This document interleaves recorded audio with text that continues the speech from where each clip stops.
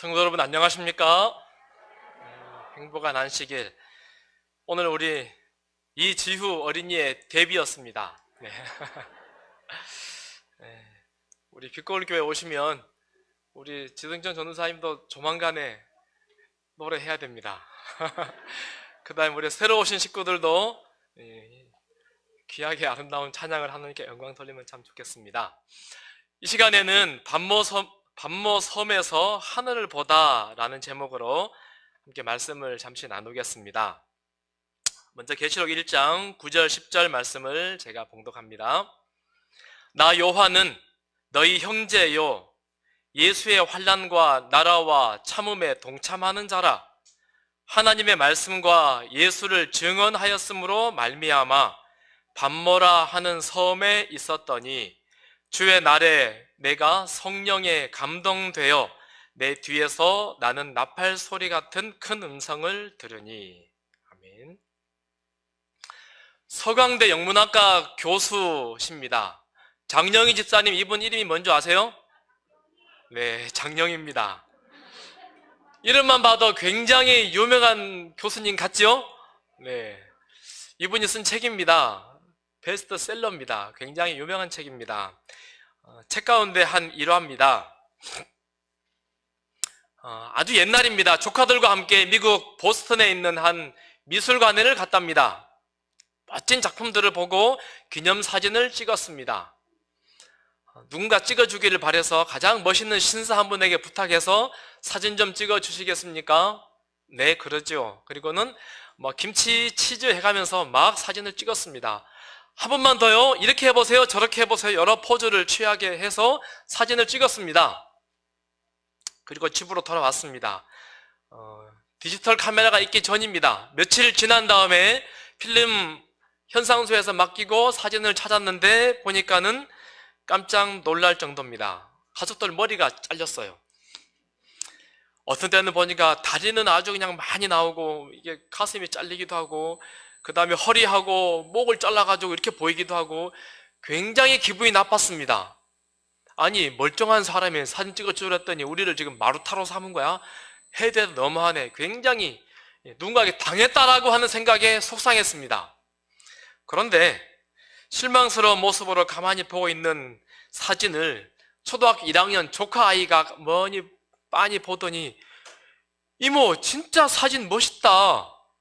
우리가 미술관에서 봤던 그 그림하고 거의 비슷한 것 같아. 자기가 봤던 그 추상화 사진들, 그림들하고 뭔가 닮은 꼴이 있어 보이는 것입니다.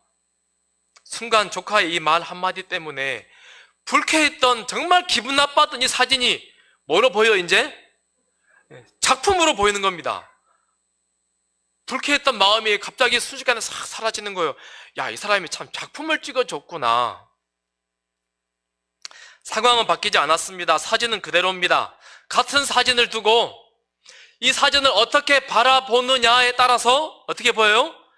작품으로 보이기도 하고 굉장히 불쾌하기도 보이더라라고 하는 것입니다.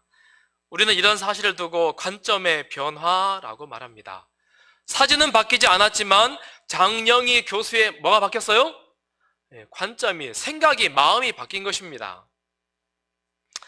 톨스토이가 했던 말입니다. 세상에는 좋은 것도 나쁠 것도 없어. 단지 생각 때문에 그렇게 보이는 것일 뿐이지. 여러분, 이런 경험 해보셨습니까?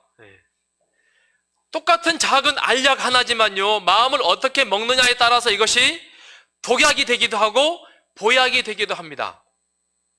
여러분, 그런 경험 있으십니까? 성경은 이렇게 말합니다. 솔로몬이 했던 말이죠. 잠언 4장 22절. 모든 지킬 만한 것 중에 더욱 내 마음을 지키라.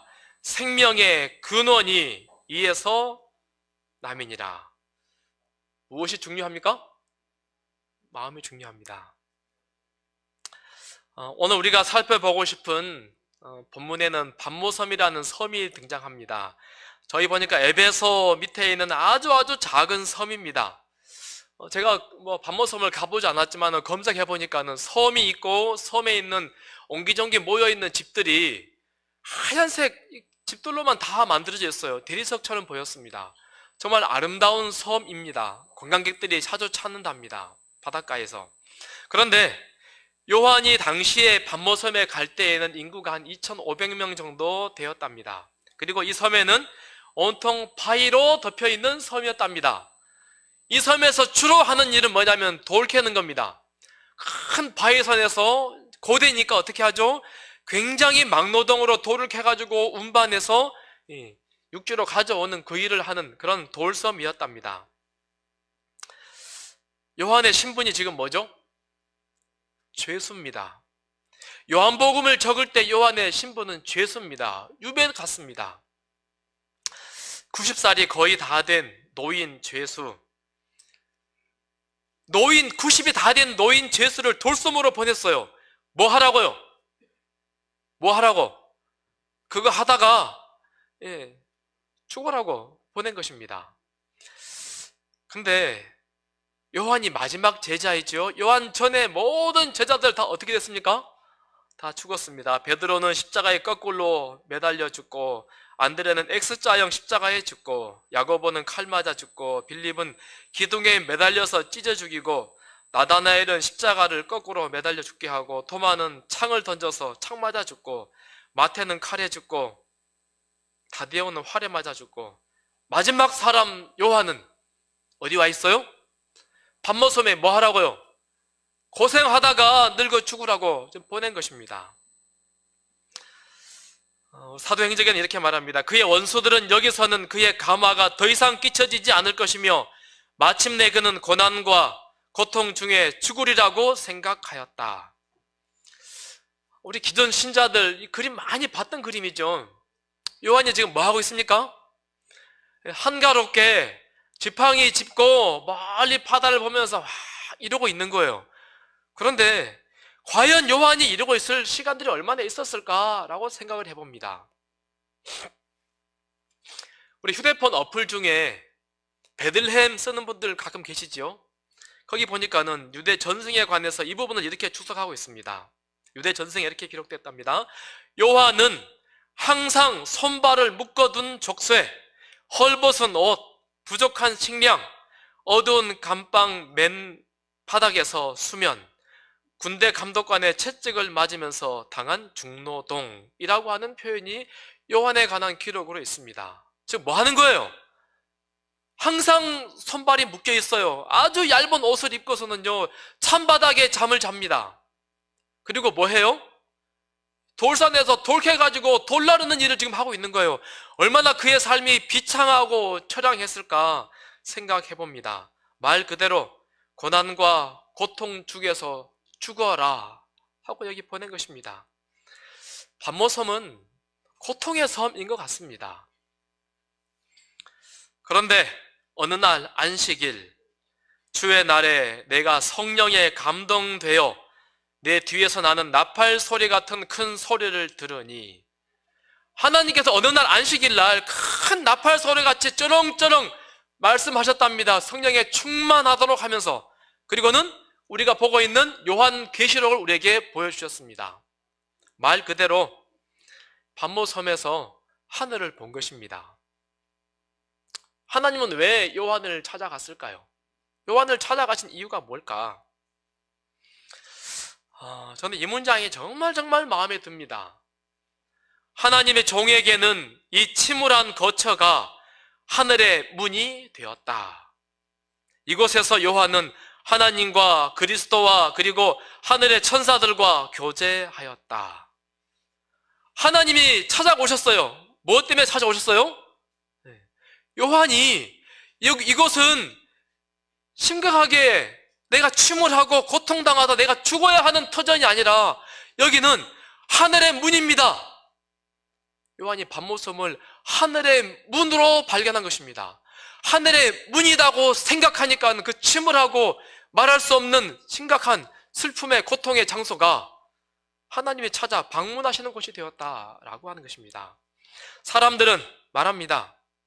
너 이제 끝났어. 희망 없어. 무거운 돌 지고 가다가 피 흘려서 죽을 거야. 이것이 너의 인생이야. 아무도 너를 위로할 수 없어. 아무도 너를 도와줄 수 없어. 여기서 죽어라. 그렇게 살아라. 그러나 요한은 말합니다. 이 침울한 거처가 이곳은 하늘의 문입니다. 여기는 하늘과 연결된 곳입니다. 하나님과 깊이 만남을 갖는 그런 장소입니다. 관점의 변화 아닙니까? 모든 사람들은 거기 유배지에서 돌나르다가 죽어요. 그러나 요한은 생각하기를 여기는 하늘과 연결된 통로입니다. 하나님 만나는 장소입니다. 라고 그가 살았답니다. 보통 사람들과 다른 눈을 가지고 있는 사람입니다. 사도행전에 좀 더 자세하게 이렇게 말합니다. 반모의 절벽과 바위 가운데서 요한은 그의 창조주와 교통하였다. 그가 그의 과거 생애를 회고하고 받은 축복들을 생각할 때에 하늘에 마음의 평화가 흘러 넘쳤다. 그는 이제 많은 사람들이 침울하게 여길 광경들로 둘러싸였으나 요한에게는 그렇지 않았다. 그의 주위 환경은 황막한 불모의 지대일지 모르지만 그를 굽어보고 있는 하늘은 그가 사랑한 예루살렘의 하늘처럼 빛나고 아름다웠다. 고통스러운 장소이지만은 요한은 그곳이 하나님과 교통하는 장소라고 생각했습니다. 마음의 평화가 흘렀습니다. 그리고 황막한 불모 가운데서도 빛나는 하늘을 그가 발견했답니다. 사랑하는 우리 빛골 성도들이시여, 반모섬, 우리가 살고 있는 이 지구가 반모섬 아닐까요? 우리가 이렇게 살아가는 이유를 많은 사람들은 뭐라고 바라봅니까? 그냥 고통스럽게 살아가다가 그냥 죽어. 비참하고 짜증나고 어려운 상황들이 우리 도처에 널려 있어. 그렇게 살다가 죽는 거야. 그러나 믿음의 사람은 그렇게 바라보지 않습니다. 이곳은 죽음의 장소, 슬픔의 장소가 아니라 하늘을 바라보는 하늘의 문이다 라고 바라보도록 하는 것입니다. 변한 건 없습니다. 그러나 반모섬은 요한에게 하늘의 문이었습니다. 마음의 눈, 믿음의 눈 갖는 거 정말 중요한 것 같습니다. 최근에 우리 교우 몇 분하고 겨울 산을 좀 다녔습니다. 겨울에 산에 올라가면 무슨 생각이 듭니까? 앙상한 가지들, 맹추위 속에 바람이 붑니다. 어떤 때 이 그림 보니까는요, 생명체는 단 하나도 있을 것 같지 않아요. 갔다 하면 다 얼어 말라 비틀어 죽을 것처럼 보입니다. 앙상하게 그지없습니다. 쓸쓸합니다. 우울합니다. 그런데 어떤 사람이 이 모습을 보면서 이렇게 표현을 합니다. 나무가 봄, 여름, 가을 내내 입었던 옷 이제 벗어버리고 새로운 옷 입기 위해서 추운 겨울에 목욕하고 옷 갈아입는 중이다 라고 표현합니다. 다시 말하면요, 목욕탕에 가가지고 지금 목욕하고 있는 중이다 라고 이야기해요. 코로나 때문에 우리 목욕탕 못 가신 분들 많이 계시죠? 저도 코로나 나오고 나서 목욕탕 가본 적이 없는 것 같은데 우리 몇 분은 용감하게 가시더라고요. 옷 홀라당 벗고 따뜻한 물속에 들어가 있으면 어때요? 너무너무 행복합니다. 그러죠? 찬물이 한번 왔다가 다시 들어가면 막 짜릿짜릿하지 않습니까? 너무너무 개운하고 행복해요. 그런데요, 이 나무들은 반대랍니다. 따뜻하면은 개운하고 행복한 것이 아니라 찬바람이 싹 몰아치면은 옷 홀라당 벗고 추운 겨울을 지내면서 남은 묵은 때들을 다 보내버리고 편안하게 쉬고 있답니다. 지금 나무 뭐 하고 있어요? 물 위에서 뭐 하고 있습니까? 목욕탕에서 뭐 하고 있어요? 아, 시원하다 이러고 있다는 거예요. 제가 이번에 글을 가만히 읽어보니까는 그렇게 보인다 또 생각이 듭니다. 봄, 여름, 가을 묵은 때들, 묵은 나무들, 가지들 다 털어버리고 시원하게, 야, 나 참 잘 쉬고 있다. 나무들이 지금 편안하게 쉬고 있다가 이제 따뜻한 바람이 불어오면은 다시 옷을 이제 입는 것입니다. 세상을 어떻게 바라보느냐에 따라서 모든 만사가 다르게 보이더라 라고 하는 이야기 아니겠습니까? 계시록의 요한이 계시를 보면서 하나님의 음성을 이렇게 기록합니다. 내가 너를 구원하노니 내게서 안약을 사서 눈에 발라 보게 하라. 라오디게아 교회를 이야기하면서 라오디게아 교회 마지막 시대 마지막 교회는 눈에 문제가 생겼다라고 지금 이야기합니다. 세상 사람들과 똑같은 모습으로 세상을 바라보고 산다라고 이야기하는 거예요. 그러나 성도들은 세상과 똑같은 눈을 가지고 세상을 바라보면 안 된다라고 하는 것이죠. 하나님에게서 약을 사서, 예수님에게서 약을 사서 발라서 하나님의 시선으로, 예수님의 시선으로 세상을 바라보라라고 지금 말씀하는 것입니다. 교회 증언 6권에는 우리가 금으로 된 안약을 바를 때에 우리는 저 너머에 있는 영광을 보게 될 것이다. 우리의 눈이, 시선이 바뀌면 뭘 보게 된다고요? 너머에 있는 하나님의 거룩한 영광을 보게 될 것이다 라고 말합니다. 제가 화요일 시간에도 잠깐 말씀드렸는데 이번 주에 제가 요셉에 대한 이야기를 참 재미있게 읽었습니다. 그 중에 이런 문장이 있습니다. 그의 수년 동안의 충성스러운 봉사가 가장 잔인한 보답을 받았으나 이 일에 그를 침울하게 하거나 불신하게 하지 못했다. 우리 아시죠? 보디발 집에 가가지고 10년 있었습니다. 충성스럽게 성실하게 열심히 일을 했는데 마지막 돌아온 결과는 뭐예요? 감옥에 넣어버렸어요. 억울하게 누명을 쓰고 잔인하게 보답을 받았습니다. 감옥에 보디발의 아내가 넣으면서 무슨 마음을 가졌을까요?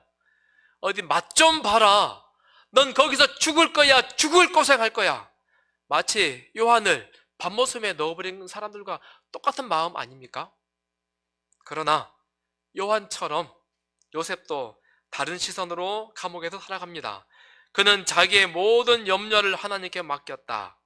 그는 자신의 불행에 마음을 잃지 않고 다른 사람의 슬픔을 가볍게 해주려는 노력하는 중에 자기의 슬픔을 잊었다. 사단이 생각을 넣어줍니다. 너 힘들지? 너 이렇게 죽는 거야. 이게 너의 운명이야. 고통 가운데 노예로 살다가 감옥의 죄인으로 살다가 죽는 게 너의 운명이야. 받아들여. 희망을 갖지 마. 말하지만 요셉은 어떻게 해요? 자기가 처한 그것이 죽음의 장소가 아니라 봉사하는 자리, 하나님께 내게 사명을 주신 자리라고 생각하고 산 거예요. 그리고 그 감옥에서 뭐 한 겁니까? 열심히 남을 위해서 봉사한 겁니다. 하나님의 백성들은 그런 사람들인 것 같습니다. 우리의 처한 환경을 바라보고 아이고 죽겠네, 힘들다, 슬프다, 괴롭다, 한탄하고 원망하고 짜증내는 것이 아니라 그 자리를 어떤 자리로 만들어야 돼요? 사명의 자리, 하늘의 문으로 만드는 것이 하나님 백성들, 성도들의 사명이다 라고 우리에게 말합니다.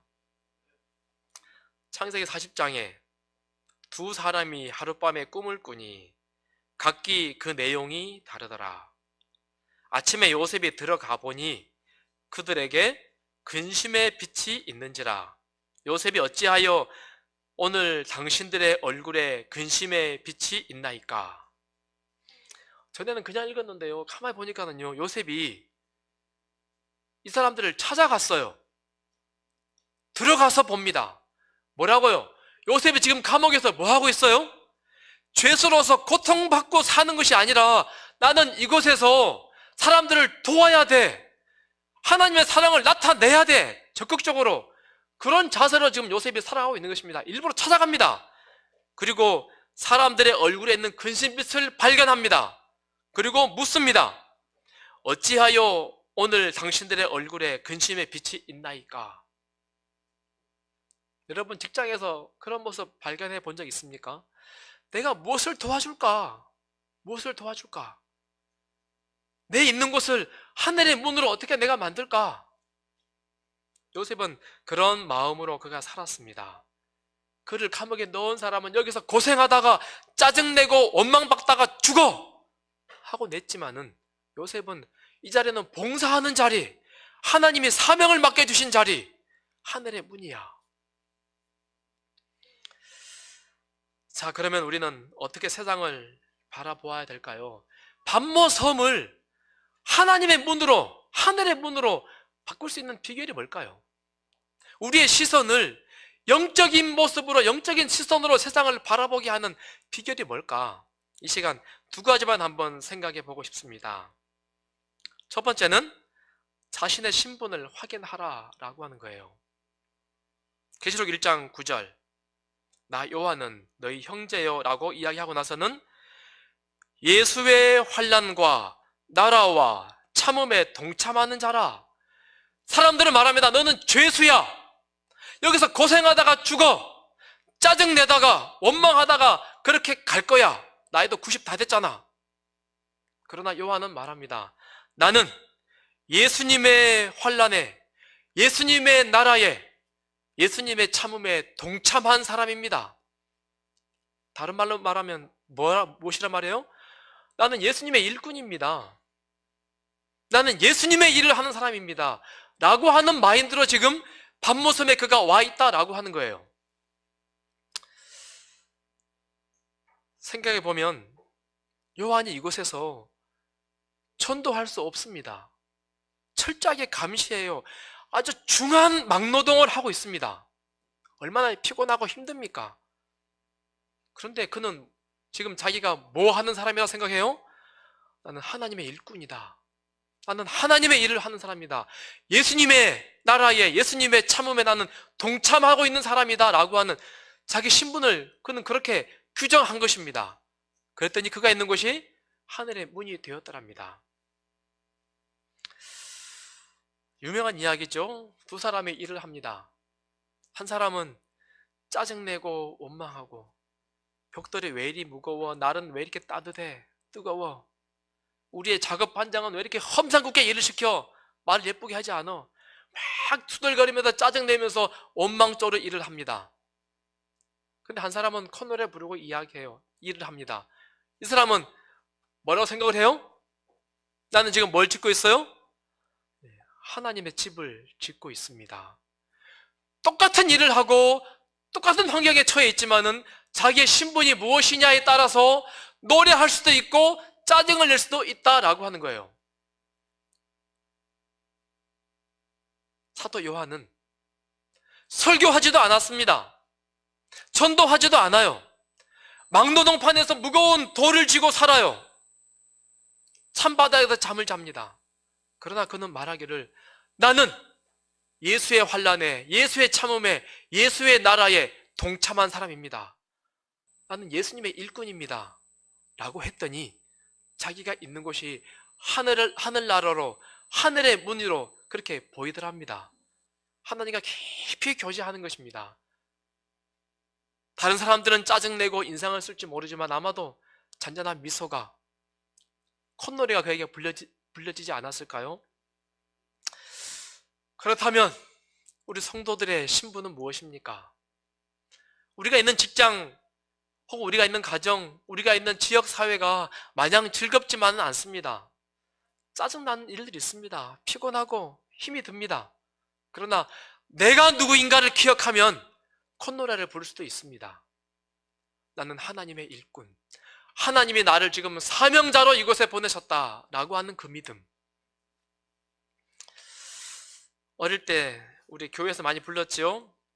나는 진군하는 보병이나 말 타는 마병이나 포 쏘는 포병이나 하늘 난 공군은 안 돼도 나는 주의 군병, 나는 주의 군병, 나는 주의 군병. 여러분 무엇입니까? 우리 신분이 뭐죠? 우리의 신분이 하나님께서 이 나라에, 우리 동네에 특공대로 보냈습니다. 제가 중학교 있을 때요, 신입생 아이들이 들어오면은 우리 교인 자녀들만 방에다 일부러 딱 맛있는 거 사주고 불러 모아요. 그리고 이야기합니다. 너희들 여기 왜 온 줄 알아? 너희들 시험도 안 보고 왔지? 우리 교인들은 그냥 들어오잖아요. 시험도 안 보고 와. 자네들은 엄청 고생해가지고 뭐 6대1, 7대1 경쟁률 엄청 고생해서 너희들 그냥 왔잖아. 왜 이렇게 교인으로 너희들 온지 알아? 뭐라고 말할까요? 너희들은 특공대로 불렀어. 뭐 하라고요? 이 학교 외에 안 믿는 사람들에게 좋은 영향력을 나누라고 너희들 부른 거야 라고 말하면 철없는 아이들이지만요, 왠지 이렇게 어깨가 올라가고, 와, 그래요? 굉장히 뿌듯해하는 그런 모습을 제가 봤습니다. 우리는 하나님께서 하나님의 일꾼들로 불렀습니다. 이 땅에서 그저 일하고 고생하고 그저 그렇게 살다가 죽어가는 희망 없는 인생이 아니라 열심히 하나님의 일을 하라고 하나님의 사명자로 우리를 불렀습니다. 그러니 우리 주변의 사람들에게 아름다운 선한 영향력을 부지런히 나눠야 하지 않겠습니까? 제가 군에 갔어요. 훈련소에서 내가 어쨌든 간에 사람들이 상관에게 좀 튀어야 돼요. 재림교에 들어서 드러내놓고 내 모습을 좀, 나의 신앙을 좀 어필하고 싶은 마음이 간절합니다. 어떻게 했을까요? 굳은 일이 있으면 언제나 달려가서 해요. 누군가가 주전자를 들고 하면 얼른 주전자를 들고 총 갖다가 진열하면 부지런히 했어요. 피곤하잖아요. 짜증납니다. 그러나 내가 지금 이곳에서 하나님의 종으로 내가 살아야 된다라고 하는 그런 사명을 내가 가지고 있으니까요, 피곤하지 않더라고요. 즐겁더라고요. 하나님은 우리에게 하나님의 일꾼으로 우리를 부르셨습니다. 요한은 그랬습니다. 반모섬에 그가 있었지만은, 죽으라고 그를 그곳에 보냈지만은 그는 하나님의 사명자로 일꾼으로 있었기 때문에 하늘을 보았습니다. 하늘을 보는 우리 모든 성도들 되기를 간절히 소원합니다. 두 번째, 반모섬에서 하늘을 보게 되는 두 번째는요, 말씀 때문에 내가 여기 있다라고 하는 의식입니다. 하나님의 말씀과 예수를 증언하였으므로 말미암아 반모라 하는 섬에 있었더니, 지금 사도 요한이 반모섬에 있는 이유가 뭐예요? 무엇 때문이에요? 한마디로 말하면 하나님 말씀 때문에 내가 여기 왔다라고 지금 이야기합니다. 하나님 말씀 때문에. 하나님 말씀 때문에 내가 이 고난을 당하고 있어. 하나님 말씀 때문에 내가 이 돌을 지금 치고 있는 거야. 하나님 말씀 때문에 내가 찬바닥에 지금 차고 있어. 그의 마음에 위로가 되고 잔잔한 은혜가 넘치는 것입니다. 2019년도에 인천공항에 한 통의 전화가 걸려왔습니다. 은혜로운 말씀에 의하면 공항에 외국인 700명이 인질로 잡힐 것입니다. 탑승객들끼리 난투극이 벌어질 것입니다. 화재가 발생할 것입니다. 그러니 준비하십시오. 이 문제를 해결할 수 있는 법은 참 웃긴데요, 식빵 250개 테두리 없애가지고 250개 도시락 준비하고 포도즙 준비하면 문제가 해결됩니다. 근데요, 이 공항에요 5번이나 똑같은 전화가 걸려오는 것입니다. 어떻게 되었을까요? 혹시나 싶어서 경비가 삼엄해주고 공항이 시끌시끌 야단이 일어났습니다. 그리고는 전화 건 사람을 찾았습니다. 당신 뭐야? 하나님이 내게 그렇게 전화하라고 그렇게 명령했다는 겁니다. 그래서 신문기사 보니까 이 사람의 정신 경력이 있는지 그거 조사하고 아무튼 경범죄로 처벌을 하더라고요. 살다 보면 이런 일들이 우리 주변에 종종 있습니다. 우리 교우님들 가운데 목사님 기도해 주십시오. 참 무엇이 하나님의 뜻인지 잘 모르겠습니다. 이런 분들이 계십니다. 우리 그런 경우 살면서 참 많지 않습니까? 딱 떨어지는 문제도 있지만 어떤 것은요, 정말 하나님께서 원하시는 길이 무엇일까? 이것인가 저것인가? 이 길 사이에서 우리가 고민할 때가 참 많습니다. 어느 것이 하나님의 뜻이라고 우리가 이해할 수 있습니까? 어느 것이? 지난주 우리 한 성도님 댁에서 정성원 목사님과 함께 몇 번의 식사를 나눴습니다. 우리 수석 장로님 같이 계셨는데요, 밥 먹으면서 이야기 주제 가운데 하나가 이런 주제였습니다. 하나님의 뜻이 무엇일까? 어떻게 알 수 있을까요? 목사님하고 이야기 나누면서 이런 결론을 내렸습니다. 하나님 말씀을 많이 읽으면 하나님의 뜻을 알 수 있습니다. 무슨 말이냐면요, 하나님의 뜻이 무엇일까 간절히 기도하면 하나님이 이것이다 하고 가르쳐 주십니까? 딱 부러지게 가르쳐 주십니까, 여러분? 특별한 경우에, 정말 특별한 경우에 A다 B다 가르쳐 주시기도 합니다. 그러나 그런 경우는 거의 없는 것 같습니다. 그러나 우리는 하나님의 뜻이 무엇이라고 짐작하고 그 길을 선택합니다. 어떻게 해요? 그냥 마음에 드는 쪽을 고릅니까? 어떻게 하나님의 뜻이 이것이다 우리가 확인합니까? 간절히 기도하면 마음에 드는 한쪽이 있습니다. 그러나 그것이 하나님의 뜻인지 아닌지 어떻게 확인합니까? 어떻게? 우리 인간은요, 이기적인 존재입니다. 자아중심적이에요. 그래서 우리가 많이 생각하고 관심을 갖는 쪽으로 마음이 흘러갑니다. 기도하면 그쪽으로 마음이 흘러갑니다. 그것이 하나님의 뜻이라 우리가 확인하기 참 쉽지 않은 경우들이 많이 있는 것 같습니다. 그러나 우리의 생각의 경향을 하나님 쪽으로 우리가 계속 고정시키는 것, 그것이 중요한 것입니다. 우리의 생각의 경향을 하나님 쪽으로 계속 관심을 돌리는 그 일이 무엇입니까? 말씀을 보는 것 아닙니까? 말씀을. 성도라고 해서 다 말씀대로 살 수 없습니다. 성도라고 해서 하나님의 방향대로 우리가 흘러가지 않습니다. 말씀 보지 않으면. 계속 말씀을 살펴야 합니다. 말씀을 깊이 묵상해야 합니다.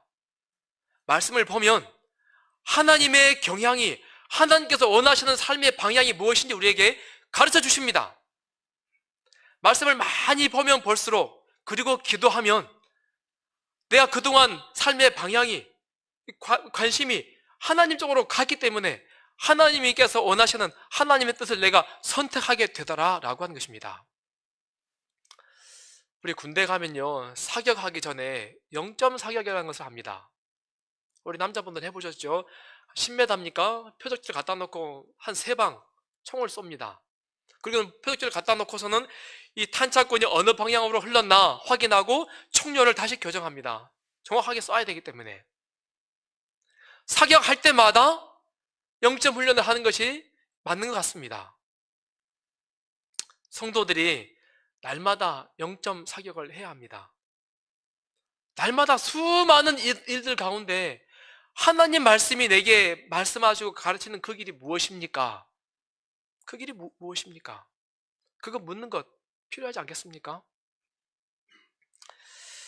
시편 119편 105절, 주의 말씀은 내 발의 등이요 내 길의 빛이니이다. 하나님 말씀이 유일한 빛이고 유일한 등이지요. 성도들은 세상과 살아가는 법이 달라야 합니다. 우리의 생각의 경향대로 선택하는 것이 아니라 하나님의 말씀의 경향대로 우리는 선택해야 합니다. 말씀을 줄입니다. 반모섬. 우리는 반모섬에 살아갑니다. 그러나 우리 모든 빛고울 성도들이 다른 죄수들처럼 짜증내고 원망하고 이렇게 살다가 죽을 거야 하고 사는 것이 아니라 우리의 신분이 무엇인지, 하나님의 아들, 하나님의 일꾼임을 기억하고 하나님의 말씀이 내게 무엇이라 말씀하시는지 끊임없이 말씀 때문에 말씀을 살핌으로 모두가 다 영원한 하늘의 문을, 하늘을 경험하는 우리가 되기를 간절히 소원합니다. 세상 사람들과 다른 시선으로 살아가는, 하나님의 백성으로 살아가는 우리 모두가 되기를 간절히 바라며 말씀을 줄이겠습니다. 기도하겠습니다. 하나님 아버지, 요한이 반모섬에 살았지만, 정말 힘들고 고역스러운 곳에 살았지만 성령 충만함을 입고 계시를 보고 하늘을 보았습니다. 마지막 시대 우리 남은 무리 빛고울 성도들도 이 지구 세상 반모섬에 살지만 하나님의 문을 보고 하늘을 다 볼 수 있도록 축복하여 주옵소서. 세상에서 요구하는 대로 살지 않고 예수 그리스도의 심장으로, 예수 그리스도의 시선으로 세상을 바라보고 사명자로 살아가도록 우리 모두를 축복하여 주옵소서. 예수님의 이름으로 기도합니다.